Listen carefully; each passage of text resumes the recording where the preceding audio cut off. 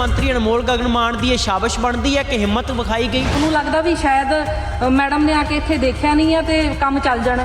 ਗੈਰ ਕਾਨੂੰਨੀ ਮਾਈਨਿੰਗ ਹਾਲੇ ਵੀ ਚੱਲਦੀ ਹੈ। ਗਰੀਬ ਬੰਦੇ ਨੇ ਕੋਈ ਟਰਾਲੀ ਮਾੜੀ ਮੋਟੀ ਭਰ ਲਈ, ਉਹ ਤੇ ਕੇਸ ਪੱਕਾ ਕਰਵਾਉਣਾ ਉਹਨੇ, ਕਿਉਂਕਿ ਪੈਸਾ ਢੇਲੀ ਤੁਹਾਨੂੰ ਦੇਣਾ ਨਹੀਂ। ਅਨਮੋਲ ਗਗਨ ਮਾਨ ਅੱਜ ਸ਼ਾਬਾਸ਼ ਦੀ ਭਾਈ ਦੀ ਪਾਤਰ ਹੈ, ਸ਼ਾਬਾਸ਼ ਦੀ ਪਾਤਰ ਹੈ, ਕਿਉਂਕਿ ਜਿਹੜਾ ਆਪਣੀ ਸਰਕਾਰ ਦੇ ਵਿੱਚ ਰਹਿ ਕੇ ਗੱਲ ਕਬੂਲ ਲੈਂਦਾ ਹੈਗਾ ਕਿ ਦੇਖੋ ਸਾਡੀ ਨੀਅਤ ਸਾਫ਼ ਆ ਲੇਕਿਨ ਅਫਸਰਾਂ ਦੀ ਨੀਅਤ ਖੋਟੀ ਆ। ਉਹਨੇ ਅੱਜ ਫੜ ਲੈਨੇ, ਰੰਗੇ ਹੱਥੀਂ ਫੜ ਲੈਨੇ ਤੇ ਉਹਨੇ ਆਪਣੇ ਆਪ ਨੂੰ ਦੱਸਦਾ ਕਿ ਮੈਂ ਇਮਾਨਦਾਰ ਆ ਤੇ ਮੈਂ ਆਪਣੇ ਹਲਕੇ 'ਚ 2 ਨੰਬਰ ਦਾ ਕੰਮ ਨਹੀਂ ਹੋਣ ਦੇਣਾ, ਮੈਂ ਆਪਣੇ ਹਲਕੇ 'ਚ ਇਹ ਮਾਈਨਿੰਗ ਨਹੀਂ ਹੋਣ ਦੇਣੀ। ਕਿ ਵਾਕਈ ਅਨਮੋਲ ਗਗਨ ਮਾਨ ਨੇ ਇੱਕ ਹਿੰਮਤ ਤੇ ਦਿਖਾਈ ਨਾ, ਨਹੀਂ ਤਾਂ ਪੈਸਾ ਕਿਹਨੂੰ ਮਾੜਾ ਲੱਗਦਾ ਹੈਗਾ। ਜੇ ਹੋਰ ਬੇਈਮਾਨ ਲੋਕ ਹੁੰਦੇ ਤਾਂ ਉਹਨੂੰ 20 ਲੱਖ ਰੁਪਈਆ ਦੁਖਦਾ ਥੋੜਾ ਹੈਗਾ। ਉਸ ਵਿੱਚ ਕਿਹਾ ਗਿਆ ਕਿ ਸਾਡੇ ਤੱਕ ਅਪਰੋਚ ਹੁੰਦੀ ਹੈ ਪਰ ਅਸੀਂ ਨਹੀਂ ਹੁੰਦੇ ਉਸ ਵਿੱਚ ਸ਼ਾਮਲ। ਸਾਡੇ ਤੱਕ ਅਪਰੋਚਾਂ ਨੇ ਵੀ ਤੁਸੀਂ ਵੀ ਖਾ ਲਓ ਵਿੱਚ। ਹਾਲਾਂਕਿ ਅਨਮੋਲ ਗਗਨ ਮਾਨ ਵੀ ਪਰਦਾ ਪਾ ਸਕਦੇ ਸੀ।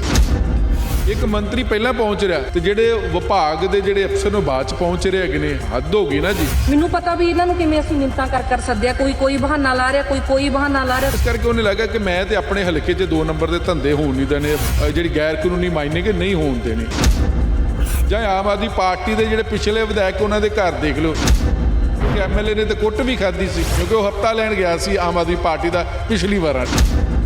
ਹੁਣ ਅਨਮੋਲ ਗਗਨ ਮਾਨ ਨੇ ਅੱਜ ਜਿਹੜਾ ਕੀਤਾ ਗਿਆ, ਇੱਕ ਤਾਂ ਉਹਨੇ ਆਪਣਾ ਮੈਸੇਜ ਦੇ ਦਿੱਤਾ ਹਲਕੇ ਦੇ ਅਫਸਰਾਂ ਨੂੰ ਕਿ ਇੱਥੇ 2 ਨੰਬਰ ਦੀ ਕਮਾਈ ਨਹੀਂ ਚੱਲਣੀ, 2 ਨੰਬਰ ਦੇ ਧੰਦੇ ਨਹੀਂ ਚੱਲੇ ਗਏ।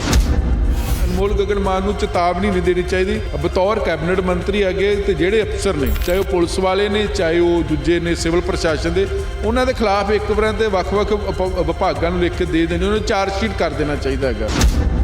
ਸਿਆਣੇ ਕਹਿੰਦੇ ਨੇ ਕਿ ਕਾਂ ਮਾਰ ਕੇ ਟੰਗੋ, ਤੇ ਮੈਨੂੰ ਲੱਗਦਾ ਕਿ ਅੱਜ ਅਨਮੋਲ ਗਗਨ ਮਾਨ ਨੂੰ ਕਾਂ ਮਾਰ ਕੇ ਟੰਗ ਦੇਣਾ ਚਾਹੀਦਾ। ਲੇਕਿਨ ਜਿੰਨੀ ਵੀ ਉਹਨੇ ਕਾਰਵਾਈ ਕੀਤੀ ਆ ਉਹ ਵਧਾਈ ਦੇ ਪਾਤਰ।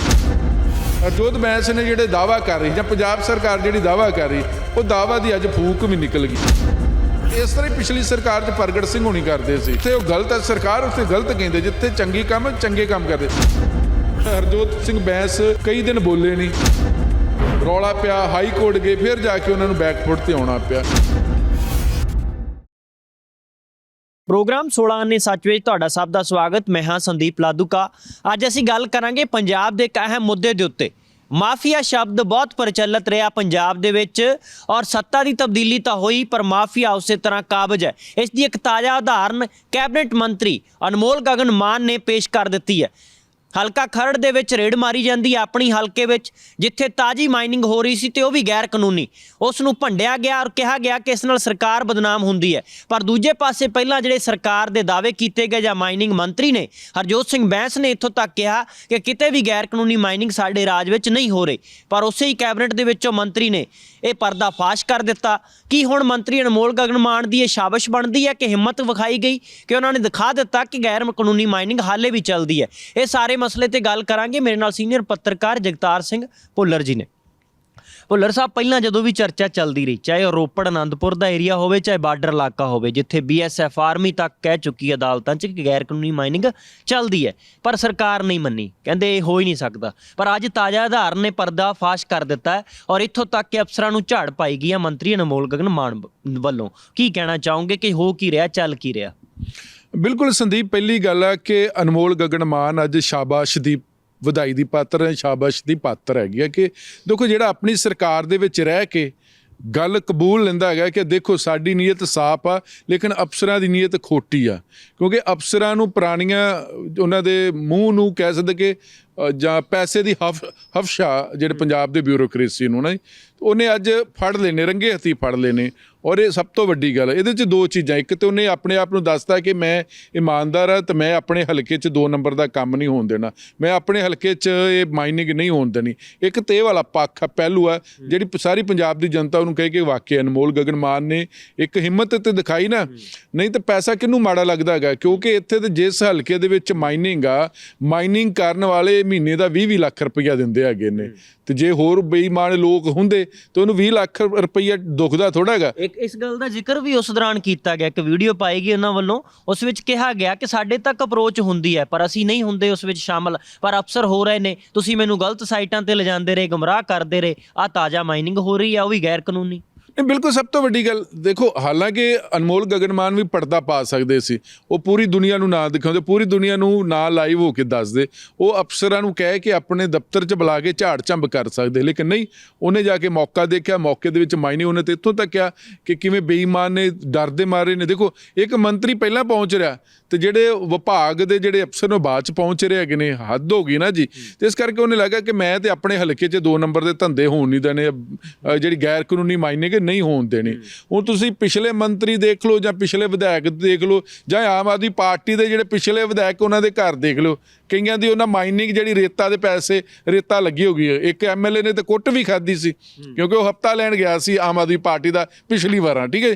ਹੁਣ ਅਨਮੋਲ ਗਗਨ ਮਾਨ ਨੇ ਅੱਜ ਜਿਹੜਾ ਕੀਤਾ ਗਿਆ, ਇੱਕ ਤਾਂ ਉਹਨੇ ਆਪਣਾ ਮੈਸੇਜ ਦੇ ਦਿੱਤਾ ਹਲਕੇ ਦੇ ਅਫਸਰਾਂ ਨੂੰ ਜਿੰਨੇ ਵੀ ਹੋ ਕਿ ਇੱਥੇ 2 ਨੰਬਰ ਦੀ ਕਮਾਈ ਨਹੀਂ ਚੱਲਣੀ, 2 ਨੰਬਰ ਦੇ ਧੰਦੇ ਨਹੀਂ ਚੱਲਣੇ ਹੈਗੇ। ਔਰ ਮੈਨੂੰ ਇੱਕ ਹੋਰ ਉਮੀਦ ਹੈ ਕਿ ਅਨਮੋਲ ਗਗਨ ਮਾਨ ਨੂੰ ਚੇਤਾਵਨੀ ਨਹੀਂ ਦੇਣੀ ਚਾਹੀਦੀ ਬਤੌਰ ਕੈਬਨਿਟ ਮੰਤਰੀ ਹੈਗੇ, ਤੇ ਜਿਹੜੇ ਅਫਸਰ ਨੇ ਚਾਹੇ ਉਹ ਪੁਲਿਸ ਵਾਲੇ ਨੇ ਚਾਹੇ ਉਹ ਦੂਜੇ ਨੇ ਸਿਵਲ ਪ੍ਰਸ਼ਾਸਨ ਦੇ, ਉਹਨਾਂ ਦੇ ਖਿਲਾਫ ਇੱਕ ਵਾਰ ਦੇ ਵੱਖ-ਵੱਖ ਵਿਭਾਗਾਂ ਨੂੰ ਲਿਖ ਕੇ ਦੇ ਦੇਣੀ, ਉਹਨਾਂ ਨੂੰ ਚਾਰਜ ਸ਼ੀਟ ਕਰ ਦੇਣਾ ਚਾਹੀਦਾ ਹੈਗਾ।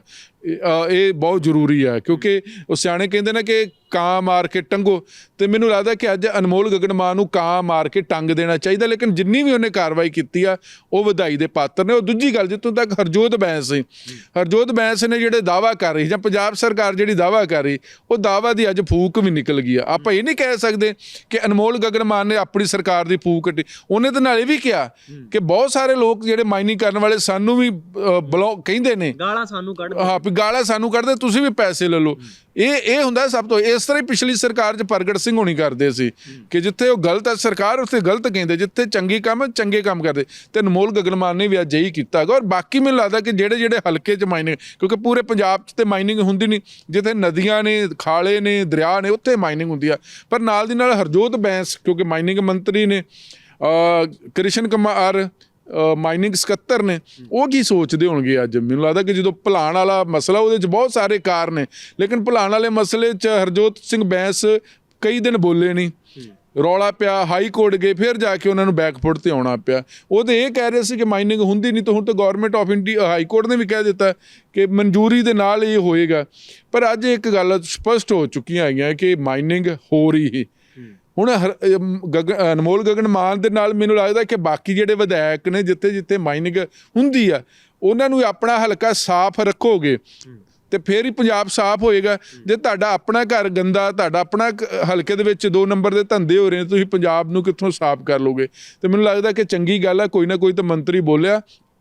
ਔਰ ਹਰਜੋਤ ਸਿੰਘ ਬੈਂਸ ਨੂੰ ਹੁਣ ਜਵਾਬ ਦੇਣਾ ਪਏਗਾ ਕਿ ਇੱਕ ਮੰਤਰੀ ਨੂੰ ਜਾ ਕੇ ਛਾਪਾ ਮਾਰਨਾ ਪਿਆ। ਤੁਹਾਡੇ ਮੰਤਰੀ ਕੀ ਝੱਗ ਮਾਰ ਰਹੇ ਸੀ, ਤੁਹਾਡੇ ਜਿਹੜੇ ਆਪਣੇ ਅਫਸਰ ਹੈ ਨਾ, ਤੁਹਾਡੇ ਅਫਸਰ ਝੱਗ ਮਾਰ ਰਹੇ ਸੀ, ਉਹ ਕੀ ਕਰਦੇ? ਜਿਹੜੇ ਮਾਈਨਿੰਗ ਵਿਭਾਗ ਦੇ ਉਹਨਾਂ ਨੂੰ ਸੁੱਤੇ ਨੇ ਕਿ ਮਾਈਨਿੰਗ ਹੋ ਰਹੀ ਹੈ, ਜਾਂ ਇਲਾਕੇ ਦੇ SHO DSP ਉਹ ਸੁੱਤੇ ਨੇ।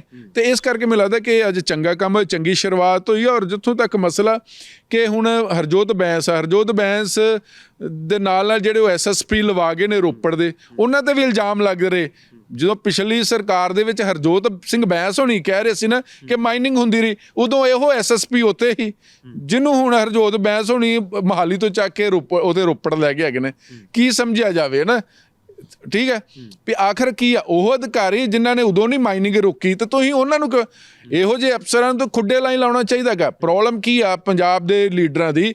ਇਹ ਇੱਕ ਦੂਜੇ ਨਾਲ ਸਿਆਸੀ ਕਿੜਾਂ ਕੱਢਦੇ ਨੇ, ਇੱਕ ਦੂਜੇ ਨੂੰ ਝੁਠਲਾਉਂਦੇ ਨੇ, ਇੱਕ ਦੂਜੇ ਨੂੰ ਨਿੰਦਦੇ ਨੇ। ਪਰ ਜਿਹੜੇ ਅਫਸਰ ਸਭ ਤੋਂ ਜ਼ਿਆਦਾ 2 ਨੰਬਰ ਦੇ ਕੰਮ ਕਰਦੇ ਪੰਜਾਬ ਦੇ ਅਫਸਰ, ਉਹ ਅਸਲ 'ਚ ਰਾਜੇ ਨੇ ਪੰਜਾਬ ਦੇ, ਉਹ ਅਸਲ 'ਚ ਮੰਤਰੀ ਤੇ ਮੁੱਖ ਮੰਤਰੀ ਆ। ਤੁਸੀਂ ਦੇਖੋ ਕਾਲੀਆਂ ਵੇਲੇ ਵੀ ਉਹੀ SSP, ਕੈਪਟਨ ਅਮਰਿੰਦਰ ਸਿੰਘ ਵੇਲੇ ਵੀ ਉਹ SSP, ਭਗਵੰਤ ਮਾਨ ਵੇਲੇ ਵੀ ਉਹੀ SSP, ਉਹ DC, ਉਹ DSP। ਇਹ ਅਸਲ 'ਚ ਨੇ ਕਿ ਉਹ ਕਹਿੰਦੇ ਨੇ ਕਿ ਸਾਹਿਬ ਕੋਈ ਗੱਲ ਨਹੀਂ, ਪਿਛਲੀ ਵਾਰ ਉਹਨਾਂ ਦੇ ਕਹਿਣ 'ਤੇ ਕੰਮ ਕੀਤਾ, ਇਸ ਵਾਰ ਤੁਹਾਡੇ ਕਹਿਣ 'ਤੇ ਕੰਮ ਕਰ ਲਗਾ। ਲੇਕਿਨ ਕੁੱਲ ਮਿਲਾ ਕੇ ਅੱਜ ਜਿਹੜਾ ਅਨਮੋਲ ਗਗਨ ਮਾਨ ਨੇ ਉਹਨੇ ਸਿਰਫ ਇਹ ਨਹੀਂ, ਮੈਨੂੰ ਲੱਗਦਾ ਉਹਨੇ ਪੂਰੇ ਪੰਜਾਬ ਨੂੰ ਸੰਦੇਸ਼ ਦਿੱਤਾ ਹੈਗਾ ਕਿ ਜਿੱਥੇ ਵੀ 2 ਨੰਬਰ ਦੇ ਕੰਮ ਹੋਣਗੇ, ਮੇਰੇ ਹਲਕੇ 'ਚ ਨਹੀਂ ਹੋਣਗੇ। ਤੇ ਜੇ ਇੱਦਾਂ ਸਾਰੇ MLA ਇੱਦਾਂ ਤਹਈਆ ਕਰ ਲੈਣ ਕਿ ਸਾਨੂੰ 2 ਨੰਬਰ ਦੀ ਕਮਾਈ ਨਹੀਂ ਚੰਗੀ ਲੱਗਦੀ, ਸਾਨੂੰ 2 ਨੰਬਰ ਦੀ ਕਮਾਈ ਕਰਨ ਵਾਲੀ ਜੇਲ੍ਹਾਂ 'ਚ ਸੁੱਟਾਂਗੇ, ਤੇ ਪੰਜਾਬ ਤੇ ਇੱਕ ਦਿਨ 'ਚ ਸੁਧਰ ਜੂਗਾ। ਜਿਹੜੇ ਬੇਈਮਾਨ ਲੋਕ ਨੇ ਉਹਨਾਂ ਆਪ ਹੀ ਨਾਵੇਂ ਤੜਾ ਕੇ ਕਹਿ ਦੇਣਾ ਕਿ ਵੀ ਸਾਨੂੰ ਨਹੀਂ ਚਾਹੀਦਾ ਜੀ, ਅਸੀਂ ਸਾਨੂੰ ਹੋਰ ਕਿਤੇ ਲਾ ਦਿਓ। ਪਰ ਜਦੋਂ MLA ਜਾਂ ਮੰਤਰੀ ਅਫਸਰਾਂ ਕੋ ਹਿੱਸਾ ਪਾਲਦੇ ਨੇ, SHO ਕੋ ਹਿੱਸਾ ਲੈਂਦੇ, DSP ਕੋ ਹਿੱਸਾ ਲੈਂਦੇ ਨੇ, ਸਿਵਲ ਉਹ ਜਿਹੜੇ ਡਾਕਟਰ ਨੇ ਜਿੱਥੇ ਝੂਠੇ 25 ਦੇ ਪਰਚੇ ਹੁੰਦੇ ਨੇ, ਉੱਥੋਂ ਹਿੱਸਾ ਲੈਂਦੇ ਨੇ। ਫੂਡ ਸਪਲਾਈ ਵਾਲੇ ਕੋਈ ਹਿੱਸਾ ਲੈਂਦੇ ਨੇ। ਜਿੱਥੇ ਹਿੱਸੇ ਚੱਲਦੇ ਨੇ ਉੱਥੇ ਤੇ ਫਿਰ ਤੁਸੀਂ ਸੋਚ ਨਹੀਂ ਸਕਦੇ ਕਿ ਇਮਾਨਦਾਰੀ ਦੀਆਂ ਕਿੱਥੋਂ ਗੱਲਾਂ ਹੋਣਗੀਆਂ। ਪਰ ਆ ਜਿਹੜਾ ਮਾਈਨਿੰਗ ਦੀ ਸ਼ੁਰੂਆਤ ਕੀਤੀ ਅਨਮੋਲ ਗਗਨ ਮਾਨ ਨੇ, ਕਿਉਂਕਿ ਉਹਦਾ ਹਲਕਾ ਖਰੜ ਆ, ਤੇ ਜੇ ਖਰੜ ਹਲਕੇ 'ਚ ਵੀ ਮਾਈਨਿੰਗ ਹੁੰਦੀ ਆ ਤੇ ਉਹਨੇ ਅੱਜ ਜਾ ਕੇ ਮੌਕਾ ਫੜ ਲਿਆ ਗਿਆ। ਔਰ ਮੈਨੂੰ ਲੱਗਦਾ ਜਿਹੜੇ ਅਫਸਰਾਂ ਨੂੰ ਚੇਤਾਵਨੀ ਦਿੱਤੀ ਹੈਗੀ ਉਹਨਾਂ ਨੂੰ ਸਗੋਂ ਚਾਰਜ ਸ਼ੀਟ ਕਰਨਾ ਚਾਹੀਦਾ ਹੈਗਾ। ਇੱਕ ਇਸ ਨਾਲ ਲੱਗਦੀ ਗੱਲ ਹੋਰ ਕਰ ਲਈ ਜਾਵੇ ਕਿ ਇਸ ਤੋਂ ਪਹਿਲਾਂ ਅਦਾਲਤ ਨੇ ਦਖਲ ਦਿੱਤਾ ਤੇ ਮਾਈਨਿੰਗ ਰੁਕੀ, ਗੈਰ ਕਾਨੂੰਨੀ ਹੋ ਰਹੀ ਸੀ। ਜਿਵੇਂ ਤੁਸੀਂ ਕਿਹਾ ਕਿ ਹਰਜੋਤ ਸਿੰਘ ਬੈਂਸ ਹਮੇਸ਼ਾ ਦਾਅਵਾ ਕਰਦੇ ਕਿ ਸਾਡੇ ਰਾਜ 'ਚ ਇਹੋ ਜਿਹਾ ਕੁਝ ਨਹੀਂ ਹੋਣਾ, ਪਰ ਕਈ ਥਾਵਾਂ ਦੇ ਉੱਤੇ ਫਿਰ ਵੀ ਦੇਖਿਆ ਗਿਆ।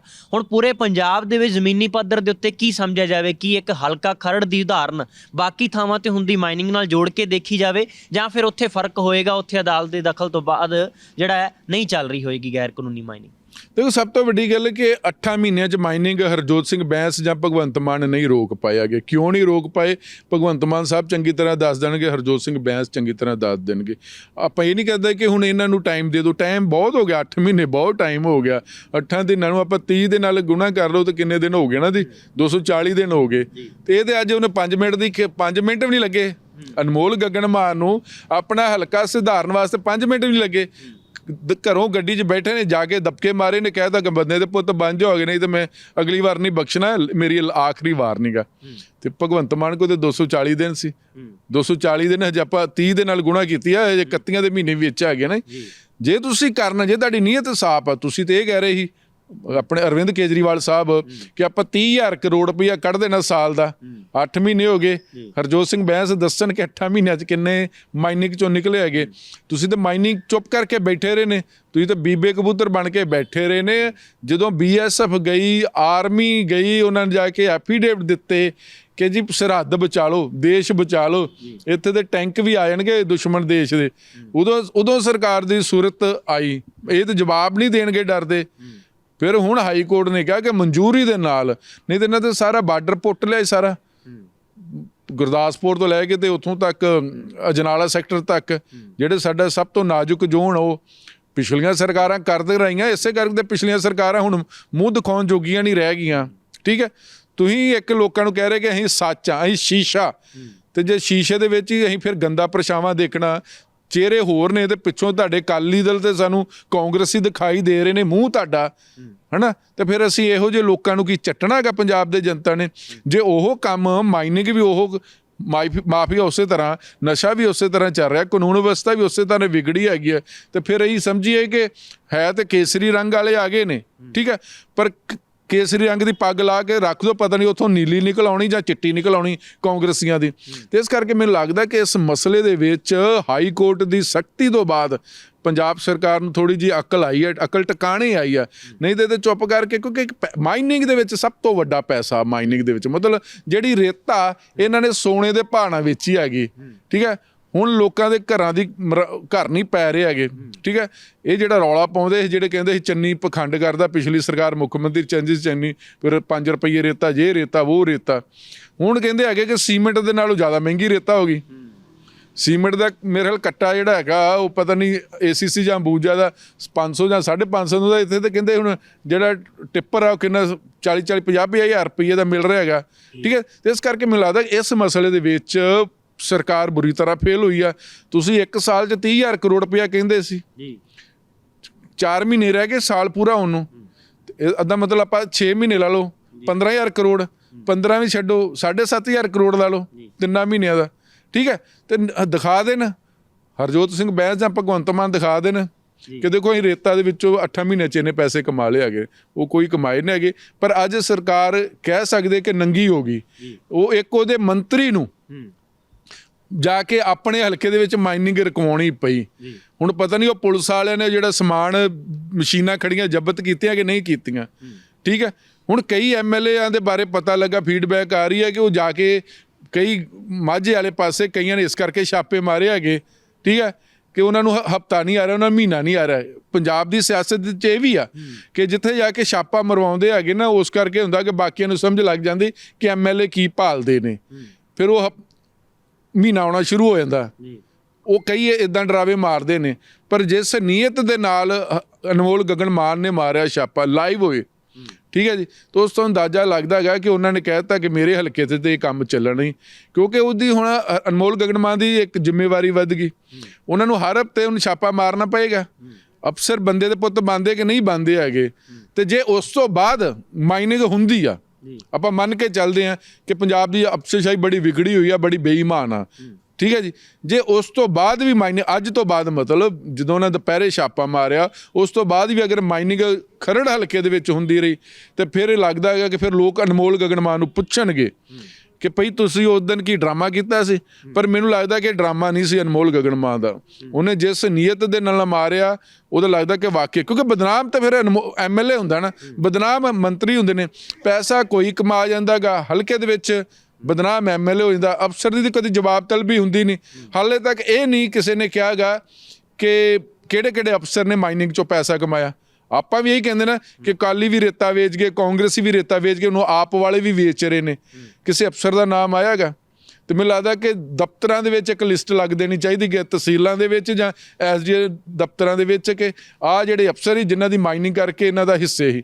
ਜਿੰਨਾ ਚਿਰ ਪੰਜਾਬ ਦੇ ਸਿਆਸੀ ਲੀਡਰਾਂ ਨੇ ਆਪਸੀ ਲੜਾਈ ਛੱਡ ਕੇ, ਠੀਕ ਆ, ਅਫਸਰਾਂ ਨੂੰ ਨੰਗਾ ਨਹੀਂ ਕੀਤਾ, ਤਦ ਤੱਕ ਪੰਜਾਬ ਦਾ ਭਲਾ ਨਹੀਂ ਹੋਣਾ। ਕਿਉਂਕਿ ਸਭ ਤੋਂ ਪਵਾੜੇ ਦੀ ਜੜ ਇਹ ਨੇ, ਇਹੋ ਮੋਰੀਆਂ ਦੱਸਦੇ ਨੇ, ਚੋਰ ਮੋਰੀਆਂ। ਹੁਣ ਅਫਸਰ ਫੜੇ ਜਾ ਰਹੇ ਨਾ, ਵਰਿੰਦਰ ਕੁਮਾਰ ਲੱਗੇ ਜਿਹੜੇ ਆਪਣੇ ਵਿਜੀਲੈਂਸ ਦੇ ਚੀਫ ਅਸ਼ੀਸ਼ ਕਪੂਰ ਫੜ ਲਿਆ। ਨਾ ਅਕਾਲੀਆਂ ਵੇਲੇ ਕੋਈ ਵੱਡਾ ਅਫਸਰ ਫੜਿਆ ਗਿਆ, ਨਾ ਕਾਂਗਰਸ ਵੇਲੇ। ਹੁਣ ਇਹ ਜਿਹੜੇ ਰਕੇਸ਼ ਚੰਦਰਾ, ਉਹਦੇ ਵੀ ਘਰ ਦੇ ਤਲਾਸ਼ੀਆਂ ਹੋ ਰਹੀਆਂ ਨੇ। ਮਤਲਬ ਜਿੰਨੇ ਪੰਜਾਬ ਦੇ ਅਫਸਰਾਂ ਨੇ ਲੁੱਟਿਆ ਜਾਂ ਪੋਲੀਟੀਸ਼ੀਅਨਾਂ ਨੇ ਲੁੱਟਿਆ ਗਿਆ, ਇਹ ਸਾਰਿਆਂ ਨੂੰ ਵੈਸੇ ਸਲਾਖਾਂ ਦੇ ਪਿੱਛੇ ਹੀ ਹੋਣਾ ਚਾਹੀਦਾ ਹੈਗਾ। ਜੀ ਬਹੁਤ ਸ਼ੁਕਰੀਆ। ਧੰਨਵਾਦ। ਪ੍ਰੋਗਰਾਮ 16 ਨੇ ਸੱਚ ਦੇ ਵਿੱਚ ਅੱਜ ਅਸੀਂ ਇਸ ਮਸਲੇ 'ਤੇ ਚਰਚਾ ਕੀਤੀ ਹੈ ਕਿ ਕਿਵੇਂ ਇੱਕ ਮੰਤਰੀ ਦੀ ਹਿੰਮਤ ਨੇ ਕਾਫੀ ਕੁਝ ਜਗ ਜ਼ਾਹਰ ਕਰ ਦਿੱਤਾ। ਹੁਣ ਬਾਕੀ ਪਾਸਿਆਂ ਵਿੱਚ ਵੀ ਕੀ ਸੱਚਾਈ ਹੈ, ਕਿੰਨਾ ਕੁ ਪਰਦੇ ਪਾਏ ਜਾਂਦੇ ਨੇ, ਇਹ ਤਾਂ ਹੁਣ ਆਉਣ ਵਾਲੇ ਸਮੇਂ ਦੇ ਵਿੱਚ ਵੀ ਪਰਦੇ ਖੁੱਲਣਗੇ। ਜਿਵੇਂ ਪਰਤਾਂ ਖੁੱਲਣਗੀਆਂ ਸੱਚ ਸਾਹਮਣੇ ਆਵੇਗਾ। ਫਿਲਹਾਲ ਅੱਜ ਦੀ ਚਰਚਾ ਵਿੱਚ ਇੰਨਾ ਹੀ। ਸਾਨੂੰ ਦਿਓ ਆਗਿਆ। ਧੰਨਵਾਦ।